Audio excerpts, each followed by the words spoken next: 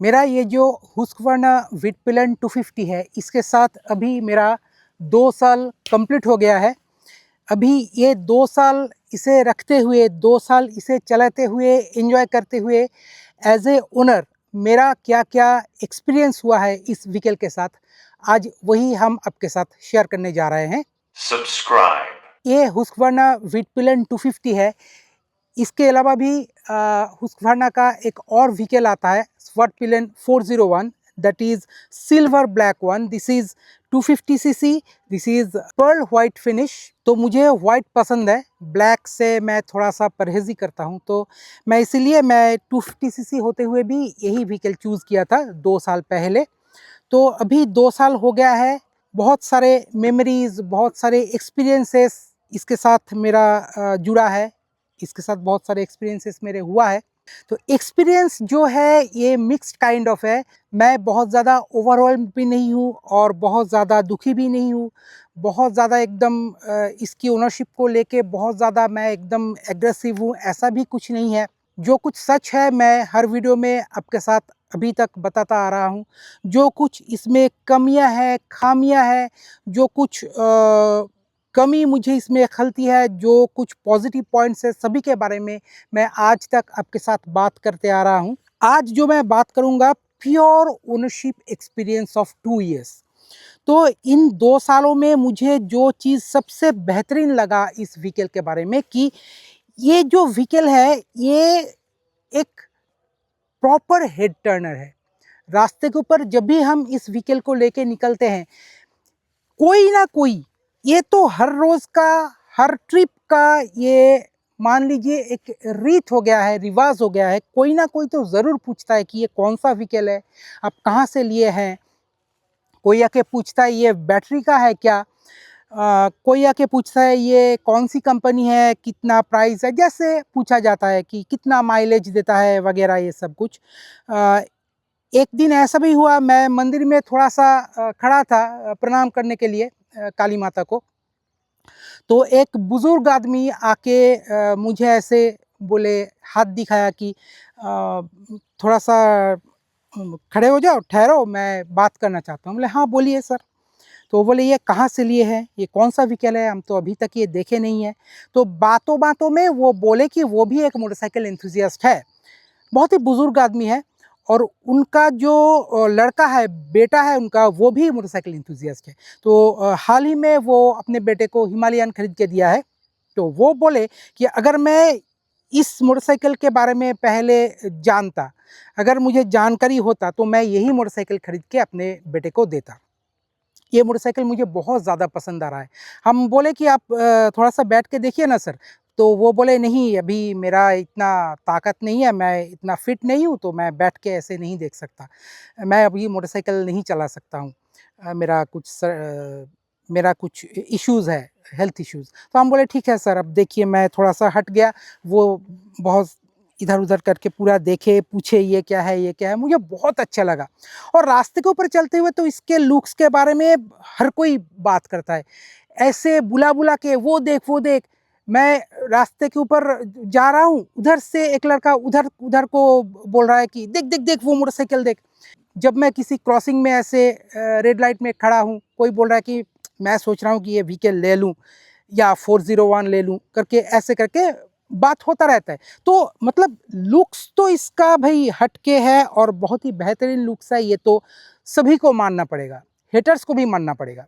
हाँ, इस व्हीकल का हेटर भी है, क्योंकि देखिए पसंद तो सभी का सेम नहीं होता है। जैसे कि मुझे ये व्हीकल पसंद है, जैसे कि मुझे थोड़ा-सा स्पोर्टियर व्हीकल पसंद है, कुछ लोगों को थोड़ा-सा रिलैक्स्ड किस्म की व्हीकल पसंद होती है, किसी को थोड़ा-सा एकदम क्रूज़र किस्म की, किसी को हाइपर स्पोर्ट्स, सुपर स्पोर्ट्स किस्म की व्हीकल पसंद आती है।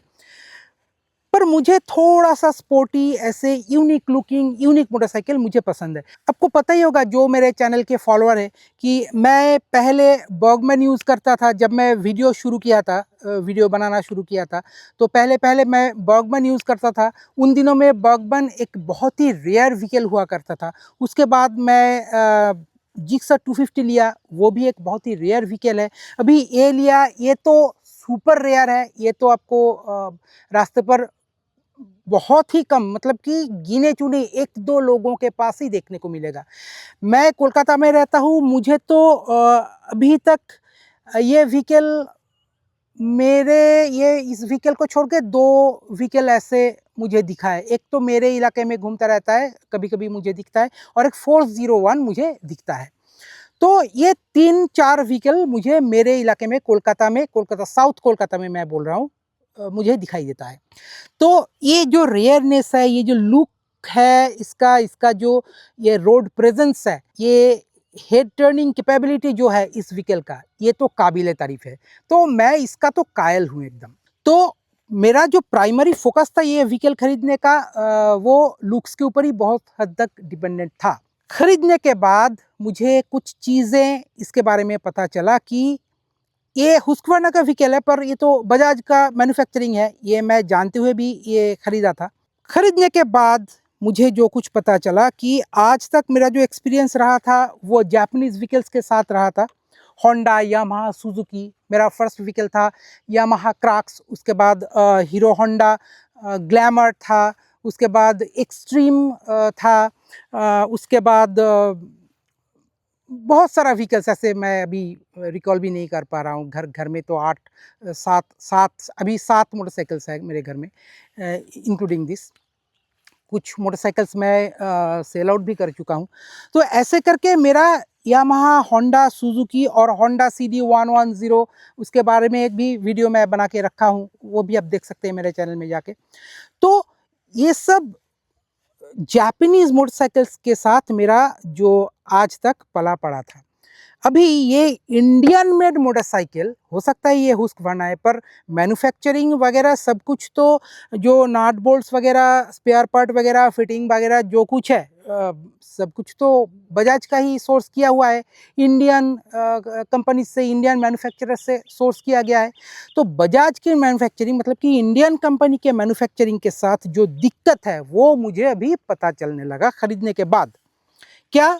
एक तो शार्प बज़ फ्रॉम इंजन, बहुत ही एकदम अशांत, एकदम बज़ी, वाइबी मोटर, वो मुझे पहले बहुत दिक्कत देता था। मैं एकदम खफ़ा हो रहा था।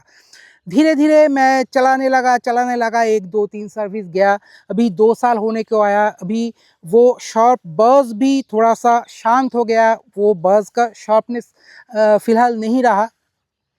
मोटर थोड़ा-सा और बज़ फ्री तो हम नहीं बोलेंगे, और थोड़ा-सा शांत हो गया। तो ये चीज़ अभी मुझे अच्छा लग रहा है। पर इसका जो इलेक्ट्रॉनिक्स है, जो फीचर्स है, ये तो भाई काबिल तारीफ़ है। देखिए, इसका जो इलेक्ट्रॉनिक्स है, जो कुछ इलेक्ट्रॉनिक्स एक 250 सीसी मोटरसाइकिल में मिल सकता है, सभी कुछ इसमें है। हाँ, आजकल क्रूज़ कंट्रोल का ज़माना है, वो इसमें नहीं है। इसमें ट्रैक्शन कंट्रोल नहीं है। मैं जब लिया था इसमें कलर मीटर नहीं आता था, इसमें मोनोक्रोम मीटर आता था, पर ये ambient light dependent meter console है। बाकी का सब कुछ बाई डायरेक्शनल क्विक शिफ्टर बोलिए, मतलब कि अप शिफ्ट, डाउन शिफ्ट आप कर सकते हैं क्लचलेसली। थ्रॉटल बाई वायर बोलिए, side mounted rear shock absorber बोलिए, ये सब कुछ मुझे बहुत ही बेहतरीन लगता है। और इसका जो स्लिप एंड असिस्ट क्लच, ये क्विक शिफ्टर, ब्लीपर, मतलब कि बाई डायरेक्शनल क्विक शिफ्टर जो कंपनी बोलते हैं, और इंजन का जो तालमेल इसमें किया गया है इन सब सिस्टम्स के साथ, इलेक्ट्रॉनिक्स के साथ, मैकेनिकल्स के साथ, मुझे तो चलाते हुए बहुत ही एकदम सुकून महसूस होता है। बहुत ही हम अच्छी तरीके से, बहुत ही इत्मीनान से इसे चला सकते हैं। कोई भी ऐसे मुझे एकदम फ़ोकस्ड होके चलाना नहीं पड़ता है कि ऐसे करूँ, ऐसे करूँ, ऐसे करूँ। कभी भी मैं गियर शिफ्ट कर देता हूँ, कभी भी मैं क्लच छोड़ देता हूँ, कभी भी मैं कुछ भी कर देता हूँ, कभी भी मैं थ्रॉटल ऐसे ही खींच देता हूँ, कभी भी थ्रॉटल ऐसे ही छोड़ देता हूँ। मैं एकदम इत्मीनान से चलाता हूँ। एक्चुअल में क्या है ना, मेरे जैसे लेज़ी राइडर के लिए ये जो व्हीकल है, ये एकदम वरदान है। मैं तो बोलता हूँ कि ये व्हीकल जो है, ये किसी भी राइडर के लिए एक स्पॉइलर है। इसके मैकेनिकल्स और इलेक्ट्रॉनिक्स ऐसे ट्यून किया गया है, ऐसे इंजन के कैरेक्टर के साथ एकदम सिंक्रोनाइज़ किया गया है, जिससे कि आपको किसी भी राइडिंग सिचुएशन में कोई भी दिक्कत का सामना नहीं करना पड़ता है। क्लच पुल भी एकदम फेदर लाइट है। होंडा की बात छोड़िए, होंडा की कुछ अलग ही बात होती है, होंडा जैसा नहीं है, पर ये भी एकदम सुपर लाइट क्लच है, फेदर लाइट क्लच है। इसमें मुझे ख़रीदने के बाद कोई भी जो एसेंशियल एक्सेसरीज़ होता है वो कुछ नहीं लगाना पड़ा अलग से पैसा खर्च करके, क्योंकि इसमें leg guard, front mud flap, rear tyre hugger तो नहीं है, पर मड फ्लैप ऐसे बनाया गया है कि ये टायर हगर का बाप है। इसके जो बैलेंस, बॉडी बैलेंस जो है, इसका जो मास सेंट्रलाइजेशन है, इसका जो फ्रंट में 110 सेक्शन और रियर में 150 सेक्शन का टायर का जो ग्रिप है रोड के ऊपर, जो ओवरऑल व्हीकल का टॉर्क है, जो पावर है, जो पावर डिलीवरी है, जो पावर डिलीवरी का सिस्टम है, मुझे बहुत ही ज़्यादा पसंद आ रहा है इन 2 सालों में। ये सब चीज़ें मुझे डे 1 से पसंद था, पर अभी जब मैं ये चला रहा हूँ, इसका इंजन बज़ जो है अभी थोड़ा-सा मिनिमाइज़ हो रहा है, इंजन और भी ज़्यादा स्मूदर होते जा रहा है, तो अभी मुझे ये सब चीज़ें बहुत ज़्यादा और भी ज़्यादा अट्रैक्ट कर रहा है, और भी ज़्यादा इसके साथ जुड़ने में मदद कर रहा है।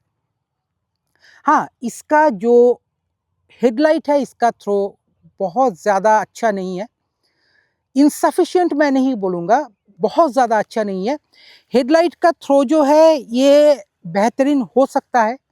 कंपनी शायद जब 401 निकालेंगे या अगला कोई जनरेशन अगर निकाले तो ज़रूर हेडलाइट थ्रो के ऊपर ध्यान देंगे। टेल लाइट जो है, ये टेल लाइट बहुत ही ज़्यादा बेहतरीन है। इसका डिज़ाइन भी बेहतरीन है, इसका लुक्स भी बेहतरीन है, और इसका इल्यूमिनेशन भी बहुत ही बेहतरीन है।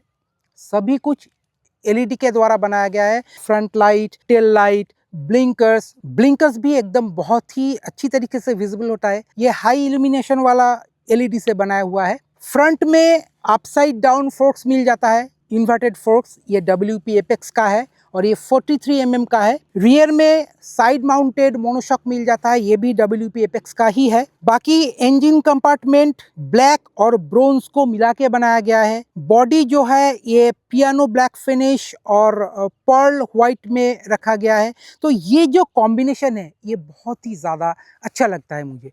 और इसका जो रेडिएटर गार्ड वगैरह है, ये सब कुछ भी कंपनी के द्वारा फैक्ट्री फिटेड ही दिया जाता है। चाहे वो ये साइड का जो माउंट है, साइड का जो गार्ड है, जो कि डिज़ाइन एलिमेंट है एक, और वो फंक्शनल तौर पे भी काम करता है, और जो फ्रंट का रेडिएटर गार्ड होता है वो भी दिया गया है फैक्ट्री फिटेड कंपनी से। तो मुझे इन सब चीज़ों के लिए एक्स्ट्रा पैसा खर्च करने की कोई ज़रूरत आज तक नहीं पड़ी, और ये चाहिए भी नहीं होता है एक्स्ट्रा कुछ। मिरर्स भी बहुत ही बेहतरीन डिज़ाइन का और बहुत ही बेहतरीन विजिबिलिटी वाला दिया गया है। मिरर्स का जो फैलाव है, जो वाइड्थ है, ये पीछे का पूरा व्यू प्रॉपर्ली देता है दोनों तरफ से। टैंक माउंटेड इग्निशन की ये कंप्लीट डिजिटल मीटर कंसोल, ये जो टॉप सेक्शन का जो व्यू है बहुत ही बेहतरीन लगता है। ये टैंक सेक्शन जो है, इसके ऊपर अगर आप सीट के ऊपर से देखें, मतलब ये कॉकपिट व्यू जिसे बोला जाता है, कि दोनों तरफ आपको पर्ल व्हाइट दिखाई देगा, बीच में ये मेटल टैंक दिखाई देगा, ऊपर में ब्रोंज का ये fuel filler cap, tank mounted ignition की। हैंडल बार की तरफ देखेंगे तो well laid out switch controls, और ये बैकलिट स्विच कंट्रोल्स है।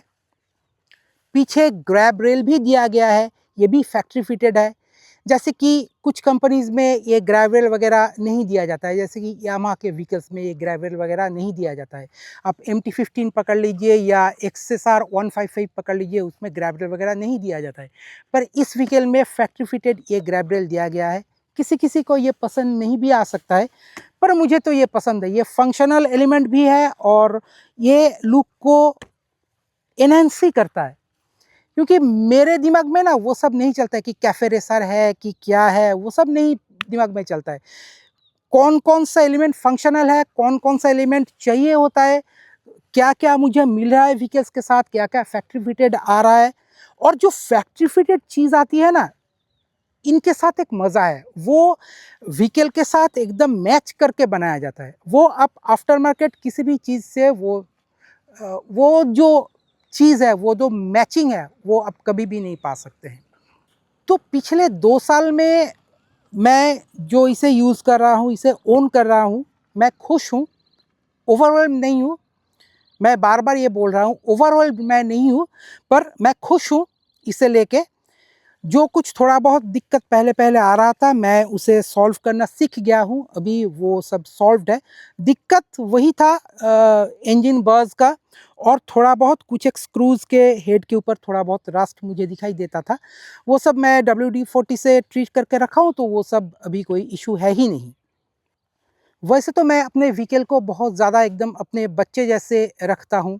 इसका जो साफ़-सफ़ाई है, अंदरूनी बोलिए, बाहरी है, सर्विसिंग बोलिए, समय-समय पर सर्विसिंग करना, एकदम एग्रेसिवली इसके एकदम पेट में पैर डाल के ना चलाना, बहुत ही आराम से चलाना, सावधानी से चलाना, जो रेविंग है उसे कंट्रोल में रखना, इंजन रेविंग उसे कंट्रोल में रखना, कोल्ड स्टार्ट वगैरह, इंजन ऑयल का ग्रेड, क्वालिटी वगैरह, ये सब मैं एकदम देख-रेख करके रखता हूँ। हर एक 500 किलोमीटर्स में मैं रिलीजियसली चेन को प्रॉपर्ली क्लीन और ल्यूब करता हूँ। उसके ऊपर भी वीडियो मेरे चैनल में डाला हुआ है, आप ज़रूर सर्च करके देखिएगा। तो अभी तक मुझे इस व्हीकल से एज़ सच कोई बहुत ज़्यादा इश्यू देखने को नहीं मिला है। हाँ, और एक चीज़, इसका ये मीटर सेक्शन से एक जारिंग नॉइज़ पहले-पहले आता था, क्योंकि उसका एक ग्रोमेट जो था, वो ग्रोमेट मिसप्लेस हो गया था। तो वो ग्रोमेट मैं लगा दिया हूँ, तो उसके बाद से वो प्रॉब्लम भी सॉल्व हो गया है। तो मेजर इश्यू तो अभी तक इसमें कुछ नहीं है, सब कुछ ठीक-ठाक ही है। मैं एक्चुअल में ढूँढ रहा हूँ, बात करते-करते ढूँढ रहा हूँ कि कौन-कौन से पॉइंट के बारे में मुझे बात करनी है, क्योंकि मैं कोई स्क्रिप्ट लेके बात नहीं करता हूँ आपके साथ। मैं एकदम आमने-सामने ऐसे ही इम्प्रॉम्प्टू बात करता हूँ, ऐसे ही एकदम स्पॉन्टेनियसली बात करता हूँ, क्योंकि जो मेरे दिल से आएगा, वही सच होगा। और इसकी केबल मैनेजमेंट, इसकी अगर केबल मैनेजमेंट के बारे में हम बात करें, तो इससे ज़्यादा नीटनेस कम ही मोटरसाइकिल में इंडिया में देखने को मिलता है। एक naked cafe racer kind of motorcycle होते हुए भी इसका वायर रूटिंग इतनी नीटनेस के साथ, इतनी सफाई के साथ किया गया है कि व्हीकल में सिर्फ जो मेटल पार्ट्स है उसे छोड़ के कहीं भी आप डैंगल्ड वायर या ऐसे बालों का गुच्छे के जैसे ऐसे झूलता हुआ वायर कब कहीं भी नहीं देख सकते हैं। वायर रूटिंग इसमें इतनी सफाई से, इतनी अच्छी तरीके से किया गया है कि ये नीटनेस की एक मिसाल बन सकती है।